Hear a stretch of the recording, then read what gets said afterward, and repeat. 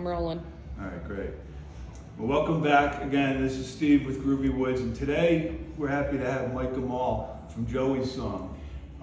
You guys have seen me post a little bit, share some of the links about the Joey's Song benefit concert coming up. I asked Mike to come in today to kind of walk me through a few things. And Mike, why don't you explain to us, well, in your words and in your tempo, as to what's going on with this? Sure. So we started Joey's Song 11 years ago now. Holy cow, it's kind of spine tingling when you think about that.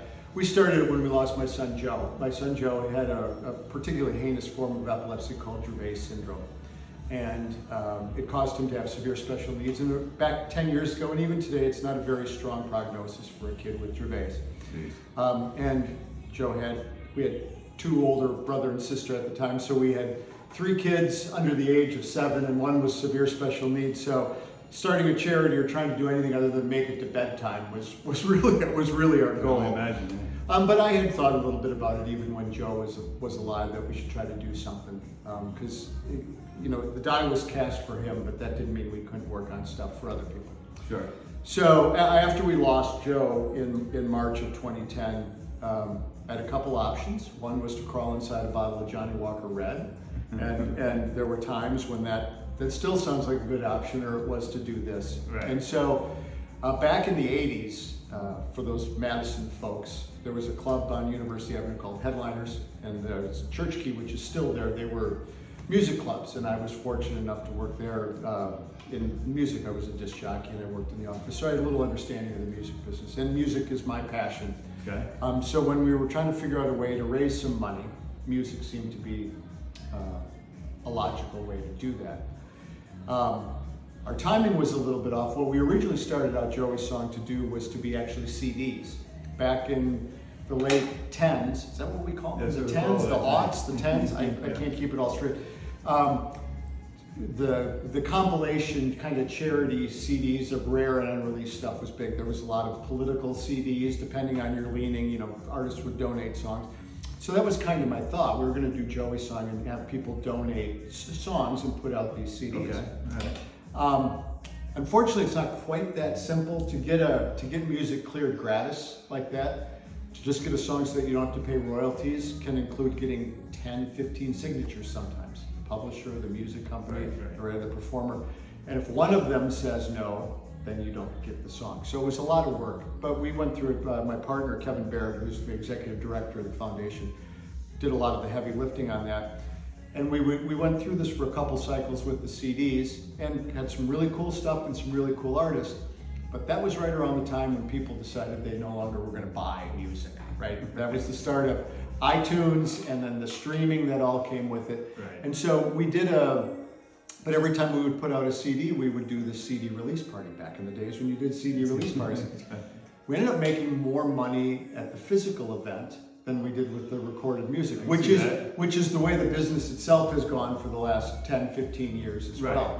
Right. If you're not, somebody that we call by your first name, Bruce, Rihanna, Beyonce, right. You're not making a whole lot of money off of recorded music. So the model has flipped, right? Back again when you and I were working our way up in the world, the way that the music business worked is you toured to promote the record, right? It was so you get money from the record company, and they put a lot of money into it because if you'd come into town and play the Coliseum in Madison, sell a lot of records. Now it's completely flipped. The touring was, you tried to make some money on it, but that wasn't it. Well, now it's flipped. Right now, most of the artists make money on the tour and hope to make a little money back at the merch table. Unless you're a big stadium kind of stuff, everybody that's playing the High Noon or the Sylvies always saying, we'll be back at the merch table after the show, right? Sign a few, get a few CDs and sign all that stuff. So that's what happened to Joey's Song too. So after a few of these, we kind of went, we're spending a lot of time and effort on these CDs, and we're making more money on the live events. And right around that time is when a person came back into my life that had been in the 80s, and that was Butch Vig. Butch and I were kicking around the Madison music scene in the 80s. He was in Spooner and I was working at Headliners, and Spooner played Headliners a lot. Yeah. But we had lost touch. I went off to work for IBM. He went off to win Grammys and MTV Moon Men and Platinum Records, and I did not. But a mutual friend of ours, Frida Johnston, Frida was living in Madison at the time. Garbage played a big show at where the Mallards play at Warner Park. Right. They and the Flaming Lips, they did a dual headliner show. Right. And Fred said, let's go. And Butch and I took a few minutes and kind of did that. You were the guy with the and connected. So I told him a little bit about Joey's song, and within about 2 minutes of me telling the story, tears were coming down Butch's face, and the marketer in me kind of went, got it. Sorry, Butch. But I knew I had it. And so we were talking, and I said, you know, I do this thing every year, this concert, you should come. And of course he said, yeah, absolutely. And that snowballed into what is now this kind of live jukebox vibe that we've got going. And it's all, to be honest with you, Steve, all we stumbled into it. There was no master plan, but sometimes that's how the best stuff is, right? Sure. Similar to your business here, No right? doubt, no doubt. The parallels are the same. You take something that you love and you just kind of see where it goes, and as long as you're willing to follow something, you know. So now what the Joey Song benefit is every year Butch and Duke from Garbage, along with Freedy and Jay Moran and Pi Cow and some of the local musicians here, kind of serve as a house band. And we invite guests to come in from around the country to come and play with us and play covers, and it's kind of a wild night. I know you've been there and you've seen what we do. And even though what we do is deadly serious, how we do it is probably about the opposite of deadly serious. You almost need that. And I told you, 2 years ago, I went to the Joey Song concert. And it was really because a friend of mine said I had to go to this concert. The music scene is diverse and as eclectic as my taste. Yeah. And as I told you, I remember almost every single song, including your son standing up and crooning Beautiful Boy. And I've only seen it once, and yet the connection of that and the depth of it and what I felt like through what was going to go on with the foundation, I couldn't wait to do something last year. And of course, last year, I don't have to tell you, it just wasn't happening for anybody. So I'm so glad to make the connection with you this year to support the foundation. Yeah, we're so pleased that Groovy Woods is a part of it and joining, and I think it's just the first step into. I know we're planning on doing bigger and better, and we're hoping you guys will come along with us on that journey. We're definitely going to be along. Yeah. Music's a great connector, as we talked about, and what you guys are doing and involving with, and how is a connector with your son Joe. Makes perfect sense. I've long sit out on the patio out here and have the door open and music just blaring, and people will come from around the neighborhood, whether they speak the same language, whatever demographic they are, they always stop.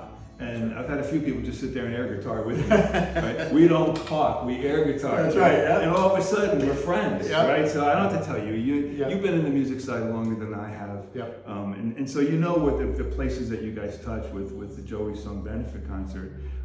But I guess you got to be thrilled to see that grow because of how much that has helped earn the foundation. Well, yeah, and that's right. There's a couple elements to it. First of all, what we do is important, right? We are 100% volunteer, and I really want to make sure that's justice. We're a 100% volunteer organization. So there's no paid staff on Joey Song, and none of these artists take a penny. Is that right? All of them come into town for, well, what will end up being 4 days and 3 nights for our thing. So for the benefit this year on a Saturday, all the out-of-town folks will come in Thursday night. We'll rehearse and do press all day Friday. We'll do sound check and the gig on Saturday, and they'll head out on Sunday. And kind of what I tell the people is, you know, last time we had Brian Ray, who's Paul McCartney's guitar player. Right. I don't know what Sir Paul pays Brian for 4 days of his time, but it's not 2 beers and a ham sandwich, and that's all Brian got out of me. Right? But so we're all volunteer, and we turn the money around. We turn the money around into research into these rare epilepsies that are literally taking our kids from us. Right. And then we also support some programs to make life better for those around today. One of the phrases that we use is, Joey Song is here to help the next family. And I really mean that, right? We're here to try to help to find cures and treatments that are going to work for people, as well as fund some of the support services that make today better for those that are fighting the battle. Okay. So the music is the connector, but it's the artists that make all of that work. You mentioned Sam's performance. Sam later on, after he did that acoustic version with Freedy, A Beautiful Boy, came back out and did Don't Let Me Down by the Beatles. That's right. And well, first of all, I had that was Sam's literally first appearance, and I had to explain to him that his path to rock and roll stardom isn't always going to have Butch Vig on drums and Brian Ray on guitar and Duke Erickson on bass, you know, and all the people he had up there playing with him, but to show the spirit that these musicians have and how it connects. So Sam knew he wanted to do that Beatles song, and we had done rehearsal on last year was Thursday because the concert was on a Friday. And we had done some rehearsal, and I had gone up to Brian and I had said, you know, Sam's going to do Don't Let Me Down. And Brian, of course, made a joke. He said, well, we don't do that one very often because that's a John song. But, you know, he goes, but he said, and I said, I would really like it if you'd be able to play with it. And he said, of course. And so the day kind of went on, and we got together. There's a little get together we do the night before the show. And Brian left a little bit early, and, you know, it was fine. Talked to him the next day, and I said, "Where'd you go last night?" He said, "Well, I spent 4 hours learning Don't Let Me Down." He was in his room making sure he got, and he got, of course, no perfect. Oh yeah, that's great. And Miles Nielsen, who was one of our guests as well, and his wife Kelly, came up to me. This is the absurdity of the role that I play and all this. Came up to me and said, "Do you think it'd be okay if we came out and sang background on Don't Let Me Down with Sam?" You know, so, you know, these artists, by the nature of their profession, wear their emotions on their sleeve and give. And their passion. And that's always there. And then you tie it with something that's meaningful, because unfortunately epilepsy is so prevalent in the community. I can't tell you in the 10 plus years we've been doing this, how many people have come up to me and said, my cousin, my aunt, my brother, we lost to this. You know, my brother was in the military and was, you know, IED, because that's a main cause of epilepsy, is head trauma, right? And so it connects so many people. Right. And if I don't sprain my elbow, patting myself on the back saying this, the way that we do it's a little bit different. You know, we're not a golf tournament, we're not a gala, we're not a walk-in. There's nothing wrong with those things at all. But there's a little bit of a difference in doing this that I think connects people. And I just love the fact that we get these people that, when we're not in COVID, are spending their days on jumbo jets flying around the world playing, and they all come into Madison for a few days to play Beatles and Stones songs. There's something magical about that. There really is. So I thought I saw on the Joey Song website the theme this year is Party Like It's 1999. Party Like It's, yeah, because we looked at the artists that we had coming, okay, and a lot of them had really big hits in the 90s. and this is the 9th benefit concert, so 9, you got, I guess, to bring the John Lennon connection in here, right? Yeah. 9 seemed to be a number, and it just kind of fit. So, you know, we've got Tanya from Belly. They had big hits in the 90s, you know, so it just felt like a good connection point. Garbage's first couple records came out in the 90s, right? You know, so it just seemed like a very logical thing. That's awesome. Yeah, it's fun. That's awesome. It's fun. I wonder if I can get you to comment a little bit and even kind of school me, because I guess our donation that we did this year, and I hope in the upcoming years it doubles and triples, just like my business has. That money has gone to Badger Camp. Yeah. So one of the things that we decided to do early on, and have done it since we started Joey Song, is we let other organizations, I guess piggyback is the best word on what we're doing, because I'm going to put on the show anyway, right? So if I can find ways where other organizations, they tend to be pediatric focused, just because it's in my son's name. Okay. We give them an opportunity to join us, and so I won't talk about all the details because it'll sound self-serving, but we allowed WBC to get sponsors such as Groovy Woods to sell tickets and keep all the revenue themselves. It doesn't have to pass through Joey Song. It's a way to grow the awareness organically and to let more people be a part of that night. Right. And we've done it in the past with Gio's Garden, and we're working on Gigi's Playhouse. We have a smaller arrangement with them this year. They do a care center for kids with Down syndrome. And we hope to do more of that. Because if hopefully as the show grows, you know, I guess one of the things we didn't talk about is our first one of these back in 2011 was at a sports bar down in Chicago.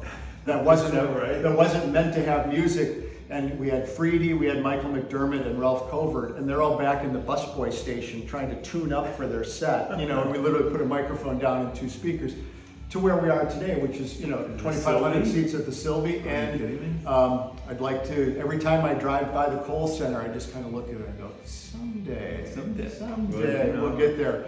And bringing along all of the very worthwhile organizations in the area. It seems like a logical thing to do. It's we all do better when we all do better. There's so much synergy about what you've got going on, and I think that's what I picked up on the show 2 years ago. It was like, oh my God, the synergy. While it's eclectic, it's like if you don't like this song, wait until it's like the weather. It's funny that you say that, because when people ask me about the show, and not everybody knows all of the artists, and I say, well, you got to understand, it's really like a big jukebox, as I said to you earlier, because nobody's going to get up there and go, I wrote this song yesterday about my peanut butter sandwich. Let me play it. We try to get the guests to play their hits. Right. And they play one or two of their hits, and then the requirement is everybody plays a cover. So at least a cover. And so, and then by the time the Know It All Boyfriend set comes, which is all covers. Right. So to your point, Steve, is that even if you might not know who Dave Pirner from Soul Asylum is, or Chris Collingwood from Fountains of Wayne, you know who the Beatles are, you know who the Stones are, you know who AC/DC is, and you'll hear songs that you know. Right. And there's almost kind of a rule as we're putting together the set list of nothing esoteric, no B-sides, because the idea is to have everybody walk on there and go, man, that was great. Jam was awesome. That was great. It was great. Yeah, I didn't know who half those guys were until tonight, and they were great. Like I said, I'm just a guy, you don't know me from nothing 2 years ago, and I walked out of there almost changed. Like, how do I get involved into the music scene? And I didn't know 6 months later I'd be into this Groovy console music cluster. I had no idea, and now to be full circle, to come in and help you guys out. That's great. For more. So people that are watching this, where can they go for tickets aside from calling me for the 30 that I have, which are more going out to people that I know are donating with the cause as well. I'm doing a VIP event here, but for those that just want to get tickets and go. Yep. So everything's through joeysong.org. So good old www.joeysong.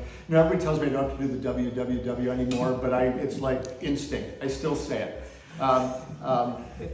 So through that, it has information on the show, a link to tickets. You can donate. Soon there'll be the auction items. They'll be up there listed. We've got an auction with some really cool guitars and stuff all donated. So that's the easiest way to keep up on stuff, because hopefully we're not done announcing all of our guests yet. We've got a couple folks that we're still working on as well. So hopefully we're still... Right. And I remember that being the case last year. Leading up to it, our friend Steve Landry was telling me, oh, they got somebody coming for this week. And as we were getting closer, it just turned into this, I can't believe I've never heard of this and not going to the rest of my life now. And so that's the best place. And then obviously on all the socials, Facebook and Instagram and all that. If you can follow us on that, there's plenty of wood here for me to knock on.